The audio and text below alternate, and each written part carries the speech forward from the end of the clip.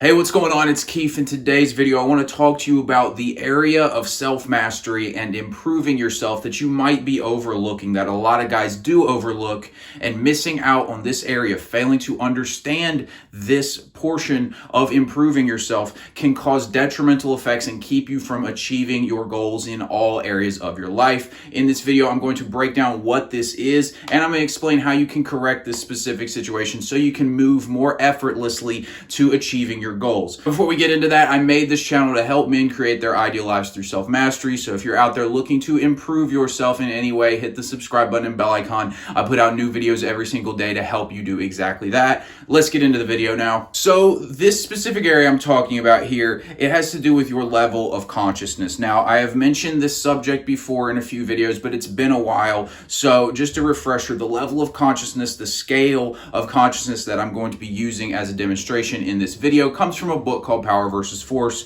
It comes from the complete catalog of books by a man named David Hawkins. This scale of consciousness basically shows different levels of conscious awareness of life that you are living through. And the higher the vibrational frequency of your level of consciousness, the more magical your life gets, the easier your life becomes, the happier you are in general. I'm going to put up a complete list of the scale of consciousness right here so you can see that. In this video, I'm only going to go over a specific few areas. So if you want to keep the whole thing, screenshot that right now. But to start this video off and explaining why this is so important, because you might be thinking, consciousness, this is some woo-woo crap. No, this is scientific stuff, and I'm going to explain why this is so important. So the first thing to understand is that your thoughts come from your level of consciousness, okay? Your thoughts are cataloged based on feeling tone, and consciousness, basically your level of consciousness has to do with the feeling state of your life, kind of. So when it comes to this, understand that the thoughts you think are going to be dictated by your level of consciousness. So if you're living in a low state of consciousness, you're going to think certain thoughts versus in a high state of consciousness, you're going to think different thoughts. So the level of consciousness is going to determine your perspective, the actions you take, and the results you get, right? This makes total sense. If your consciousness is going to determine your thoughts, and your thoughts are going to create your perspective, and they're going to give you ideas of what actions to take, right?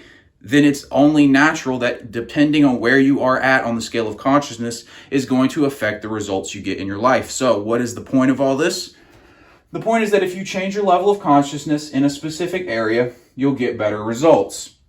Okay, now I say specific area because you have a different level of consciousness. You have an overall level of consciousness that you live on a day-to-day basis, which is going to be mainly affected by the major areas of your life that you're focused on, right? So if your consciousness level with your business is 250, which would be neutrality, and your consciousness towards your health is 125, which would be desire, and your consciousness towards your significant relationship is like 175, which is pride, something like that, maybe your general level of consciousness throughout your day is somewhere in the high hundreds, right? Like 180, something like that, okay? Which isn't very good. Again, if you change a specific area, level of consciousness, you're going to get better results. I'm going to explain that in just a second, how that all works.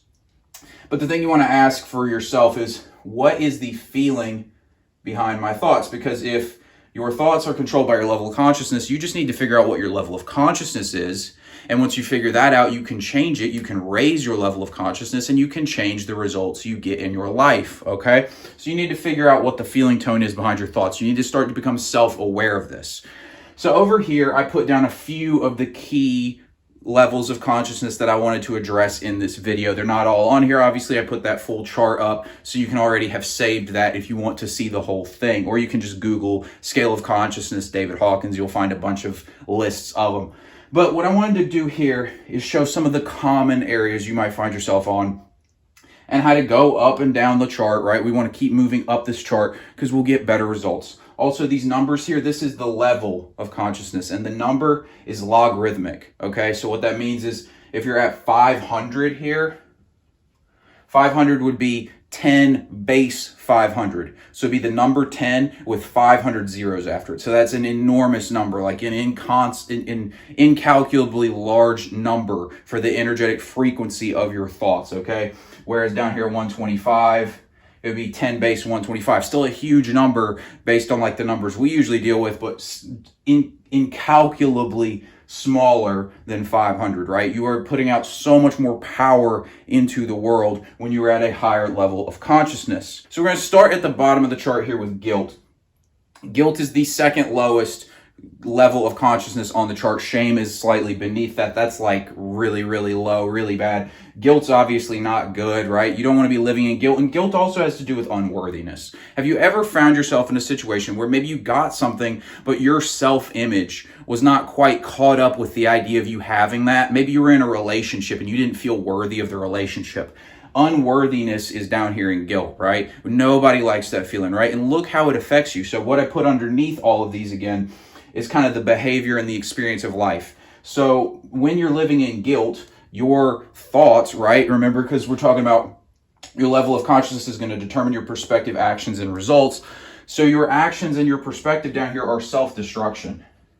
You feel guilty, you feel unworthy, so you live out of this perspective of self-destructing. You always have these self-destructing tendencies when you don't feel worth something, don't you? So again, if a relationship you had and it doesn't go well, maybe it's because you were self-destructing. Maybe you didn't feel like you were worth it in that relationship. Have you ever been, I had a job one time, for example, where I got the job and I just didn't feel like I was worth the job. This was probably about a year ago. I'd gotten this job and I just kind of like, it was like I had been going for so long at that point in my life where I just hadn't had any money coming in. And so when I got this job, it's almost like such a shell shock to me that I was like doing self-destructing behaviors and nothing really worked out with it. And I ended up quitting the job. So it's like it's a way of behaving and you want to get out of that, right? So that you don't destruct certain ways of life, certain things that are going well for you. You don't want to self-destruct those, do you? So as we keep going up, at 50, you find apathy.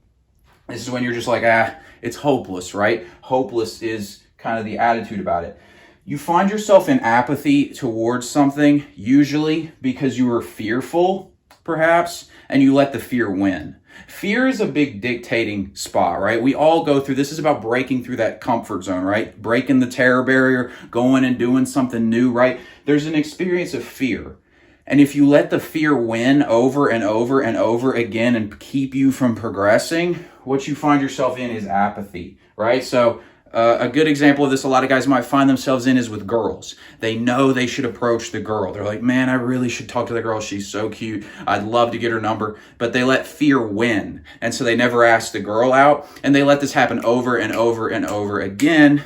And so they find themselves in apathy. They're apathetic towards it. Or maybe you've gotten beat down so many times towards a specific situation that you feel apathetic. You feel very much like a victim of this. You feel powerless to make any change in your life at this level.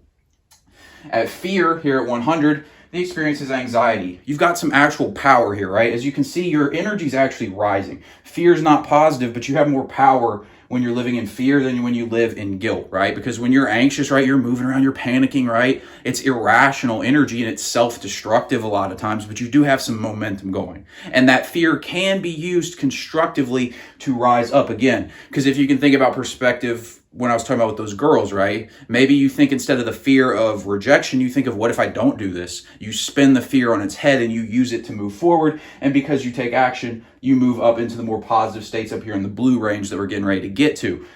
Above this, at 125, is desire. In this state, you are craving and you feel denied. Your perspective is that you are being denied something, right? Because you desire something outside yourself. You feel incomplete. Because something outside of you think is going to complete you. This is a bad way to live. This is why this is down at 125. Because if you think something outside you is going to make you whole, once you get it, you're going to be in for a rude awakening when you figure out that's not true, right?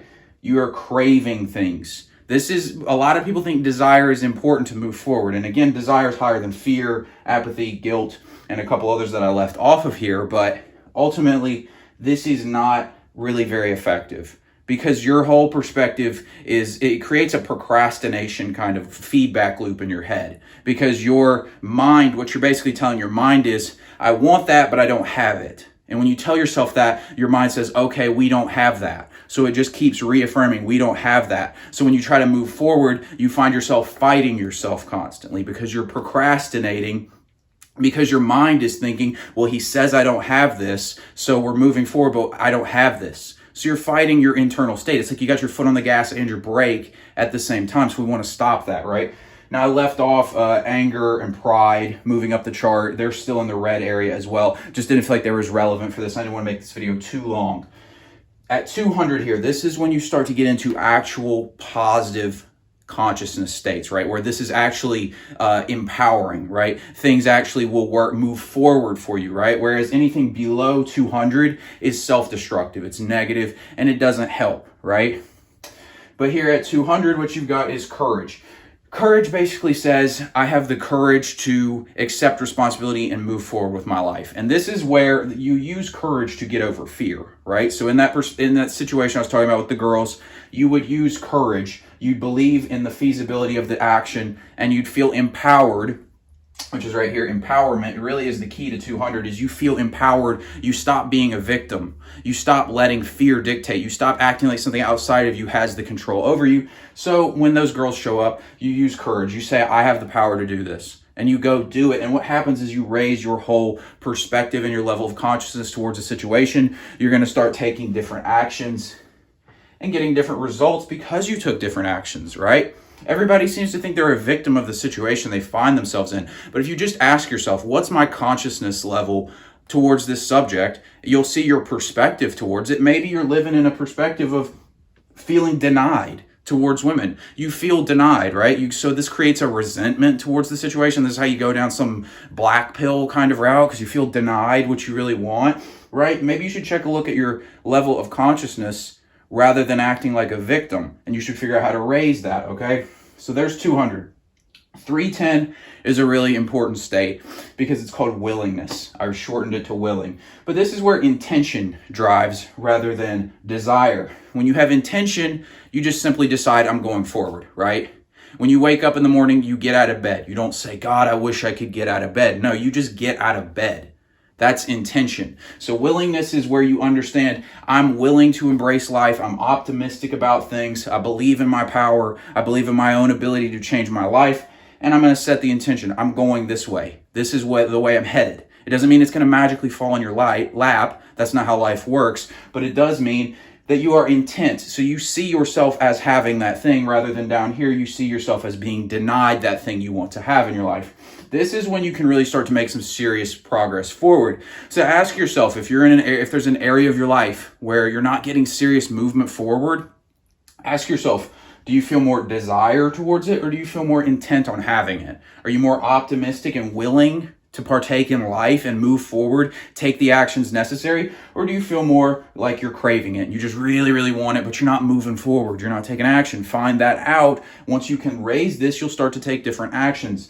The last one I had on here was love at 500. This is when you start to get more into the flow state, right? I don't mean love like some romantic type of love. In fact, Hawkins says that romantic love actually calibrates down, I believe, at 145, right? That lusty kind of romantic love. That stuff's very possessive and it's really self-destructive. Real love calibrates at 500. This is where you're just being you. Right? I'm in the flow. This is where artists create great music from. A lot of great artists, they'll talk about, they don't top down consciously create great new works of art. It comes to them. It's like a channeled state. Thomas Edison, famously, when he was inventing things, if he couldn't think of an answer, he would go take a nap and wake up and his subconscious mind would have given him the answer. This is the idea of being in flow. This is a hard state to reach. You have to really get into a real mastery of what you're doing and a real flow. Getting into your passion about what you're doing will allow you to reach this state. Now that I've explained all that, I want to briefly explain on the other side of the board how you can level up your consciousness. Because, it's great to know all this, but if you don't know how to move forward, raise your scale of consciousness, raise your level of consciousness, you're not going to get anywhere. So let's do that now. Okay, so let's get into how you raise your level of consciousness. The first thing you got to do is understand that in order to raise your level of consciousness, you have to give up the payoff you're getting from your current level. So what do I mean by this? Because some people really don't understand this. They're like, how am I benefiting from being at this low level and like being miserable? How am I benefiting? Well, you're looking at it from the wrong perspective. There is a part of you that likes to be miserable, right? The conscious you, the one who's paying attention to this video right now, doesn't believe that, right? It's like, I want to be great. I want all this money. I want all these girls. I want to be happy, right? But your ego feeds off of this negativity, right? So an example of this is at the level of desire, 125. Well, in that you feel denied, you're craving something, right? And from that perspective, you get very resentful, don't you? Resentment is a powerful emotional state, right? And there's a lot of people who won't give up their resentment. They won't give up their blame story. They won't give up their victimhood, right? Even if you try and tell them, hey, if you give that up, you can go empower yourself and get results, they won't do it, right? They'll keep blaming, they'll keep talking about other people and making excuses and refusing to accept the power that they have to change their own lives, right? This is Marxism. This is communism, the progressive kind of attitude, right? Is like, don't they always blame people? It's always this person's fault. I'm oppressed by this person, oppressed by this person, oppressed by this person. Even in the book, David Hawkins says that Karl Marx, who started Marxism, which led to communism, he calibrated at 145, which means that he was in the desire range. Okay, so he was driven by things that were self-destructive. His perspective on life was self-destructive, basically. So, and look at the 20th century, millions and millions and millions of dead bodies because of his philosophy, right? So you get the point, right? But obviously, you're getting a payoff. The payoff is I get to blame other people, right? So you might be thinking, gee, I'm miserable, I'm not getting anything out of this. No, you're blaming other people. That's the payoff. And your ego likes to wallow in that self-pity. It likes to feel bad, right? Because it's narcissistic. Me, I'm getting oppressed, or me, I'm held back, right? Apathy, I can't do anything to change my situation, or guilt, oh, me, I'm such a bad person, I'm so awful, I'm so unworthy. Don't you see how it's always me? It's internally focused on like, I'm so awful, I'm this, I'm that. It's just narcissism. It's all narcissism. You got to figure out what you're getting out of it. Let it go, right? Your ego likes to be a victim. It likes to blame other people. You give up that story, you'll raise your level of consciousness. Again, an example in this, people who talk about they can't get in shape, right? I can't, I'd love to get in shape, but I just can't, right? I'm big boned, right? That's why I can't lose weight, or, I can't put on muscle because I'm skinny fat. It's always some crap like that. That's a victim story. You want to raise your level of consciousness towards that. That means you're living in desire, by the way, or you're apathetic maybe even. But if you want to raise your level of consciousness, become empowered, stop calling yourself a victim. Stop acting like something outside of you has the power over you and just say, regardless, I'll be damned if I'm skinny fat. Who cares? Or like, I can't pack on muscle either. I'm a hard gainer. Who cares? Just because I'm a hard gainer doesn't mean I can't do it. All right. You empower yourself. You give up that story. You'll start to raise your level of consciousness, right? Then you have the courage to go take action.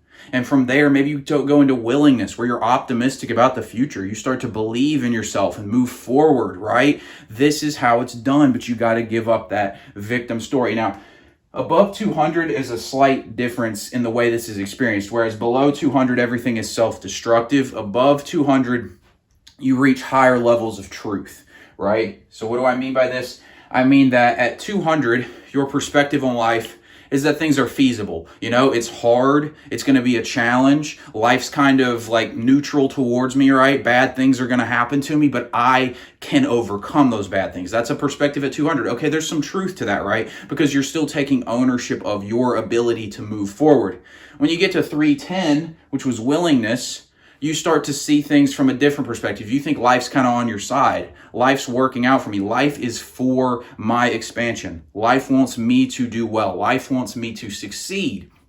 That's a higher level of truth. And from that higher level of truth, from that greater perspective on life, things are easier. Things are more effortless, right? And then you get to love, where you just see things as benign, right? You're a way more compassionate person. You're giving. You understand that in my giving to other people, I will receive back tenfold, right? That's the whole attitude. That's why great companies, great creators, they understand that, right? So they really focus on the client or the customer when they're making a product, because they know if I just love the customer, if I love my client, if I give them exactly what they want, they're going to give me what I want, right? That's the perspective from love, and you get into this flow state, right? So that's a higher level of truth as you move up the ranks. You're still accurate. You're still telling some truth at 200, but it's a smaller level of truth. So it's less about giving up payoffs and more about widening perspective at that point. So the other part of this is to just let go.